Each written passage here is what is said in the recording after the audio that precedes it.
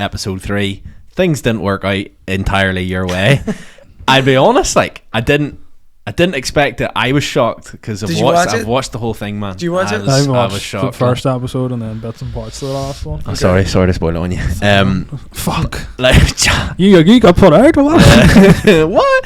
But like I suppose like we'll get round to discussing that fact. But like, what was that sort of experience like for you? As soon as obviously it's like you do the interview process, but then there's actually turning up and doing it, like filming it. Film cameras. The filming, I loved the filming. I really enjoyed. Bar the third episode because it was non-existent. They were just fucking. They were making fools out of themselves. But the filming, the episode 1, even episode 2, Rachel was a fucking nightmare. To be honest with you, to work with her, like.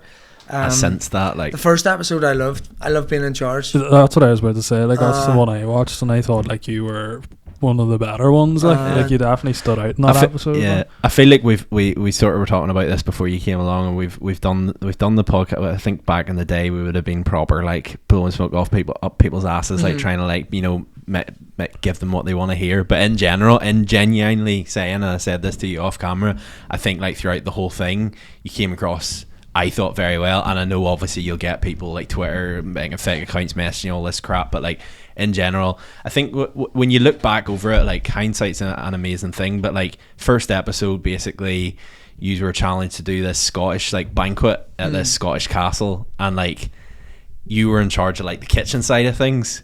What the heck was going on in the serving side of things, like the actual presentation, like that was a to be honest, like they were part. It was made look like they were part of our team, but they were off filming their own wee thing. Yeah. So they were, and we were over here doing the cooking side. Yeah. So we didn't really. Yeah. It was only we would have engaged with them maybe once or twice.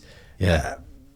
Just to say, like, have you got the table set? Are you ready to go? You know, but they had their own thing. But once the back, it was a bit mad, like the whole sort of like putting in it, wee pine cone thing on the table and being like, I just don't want to overdo it. And then it like went back to, you were blue team, was it, or red team? Red team, yeah. But then I went to the blue team, and their table was unreal. Like I remember, like I was watching it, listening, and she was like, "That is the most beautiful table I've ever seen in my life." Then it cut back to your one's table, and she literally was like the girl was like, "Put a bit of moss on it," and then she tried to like decorate the chair with a thistle. And Gordon Ramsay came over and was like, "Have you ever sat on a thistle before?" And then he walks away and goes, "Effing hell, pure agent." And I was like, "This is quality television." Like